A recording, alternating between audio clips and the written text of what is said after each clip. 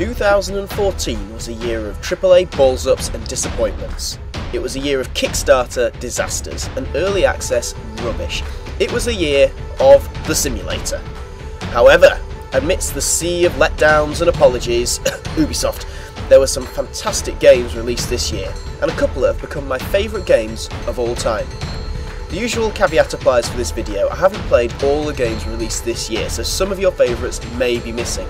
But with this in mind, please do sit back, relax and enjoy. It's time for the top 10 games of 2014. Released in May of this year, Always Sometimes Monsters came as a bit of a surprise to many. It was a combat-free, gritty life sim made in an engine usually synonymous with JRPGs, and it did not disappoint. As the player moves through their game world to find their lost love, they find that their choices affect everything and everyone around them. This was a strange, sometimes shocking experience, but a really interesting one nonetheless. Always Something Monsters is number 10 on the list. At number 9 we have The Long Dark. Now, I know this is early access, but it is a game that is still very enjoyable in its current form, so it deserves to be on this list.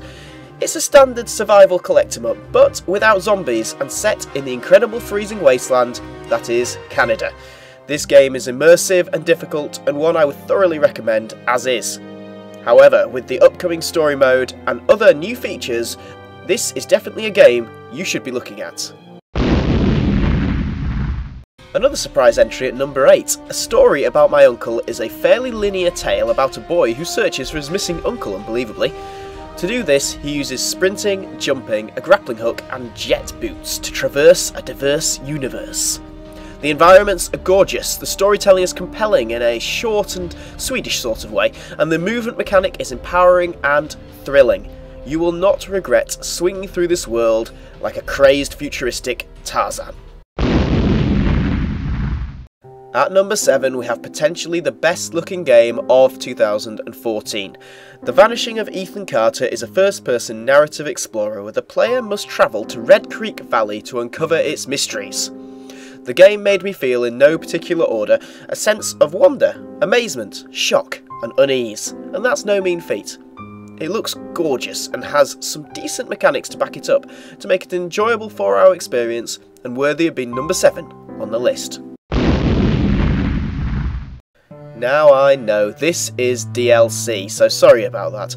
However, I loved Burial at Sea Episode 2 too much to not include it on this list. Burial at Sea Episode 2 is the final part of the Bioshock saga, and it saw the player take control of Elizabeth in possibly the greatest opening to a game I have ever seen. I mean, just look at it. That Paris is really something. The rest of the game is a bit more Bioshocky and stealthy, but I love that. It was a satisfying conclusion to a fantastic game series, and deserves to be number 6 on the list. At number 5 we have Binding of Isaac Rebirth. This was a remake of the superb original Binding of Isaac, and this remake did not disappoint. It runs buttery smoothly at 60 FPS and adds an almost unbelievable amount of items, enemies and unlockables to play with or get eaten by. This game may be controversial for its unsubtle Christian imagery and general love of poop and blood, but it is also extraordinarily fun and addictive. The gameplay is responsive and challenging, and it is well deserving of 5th spot on this list. Banished is a different type of city builder, and wow, it is good. It's like someone grabbed SimCity by the scruff of the neck and took away its boundaries and made the setting medieval. Every one of your villagers has a name and will be born, grow up, have kids and die as you play, making for some great stories. Other than this, Banished is a resource management city builder, but it just does it so well. You have to manage the food, you have to manage the clothing, you have to manage the tools that the villagers use. It's so complex in details.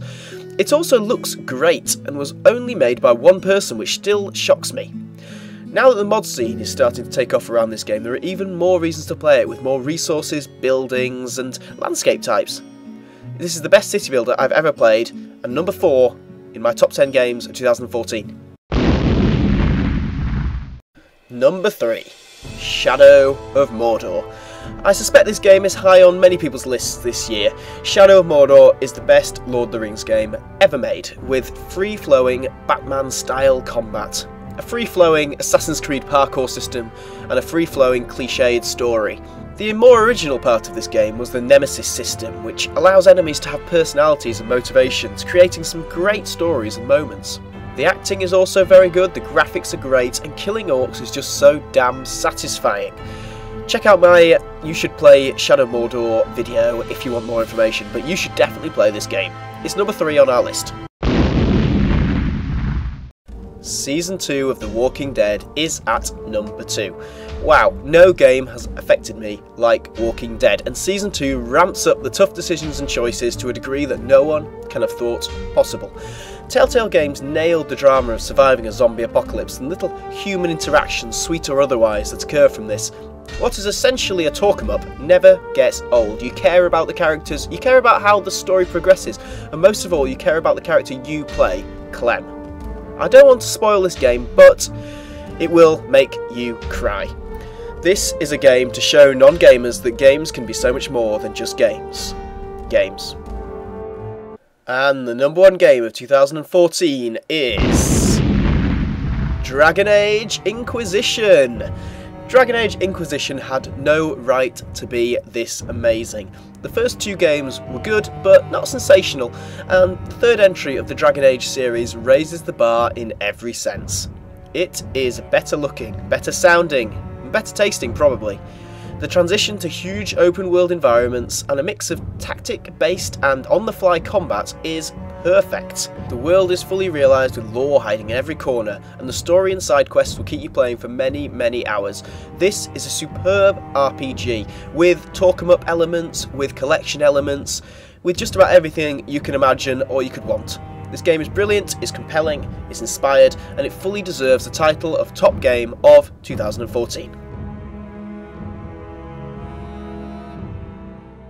Now, I know I missed games like Alien, The Talos Principle, Dark Souls 2, Far Cry 4, This War Is Mine, and so on, but I simply haven't played them, so I didn't feel comfortable adding them to this list. However, let me know your top 10 games of 2014 in the comment section below, and discuss what I got wrong and what I should play. Oh, and also, make sure you subscribe for more content like this. Thank you so much for watching, bye bye.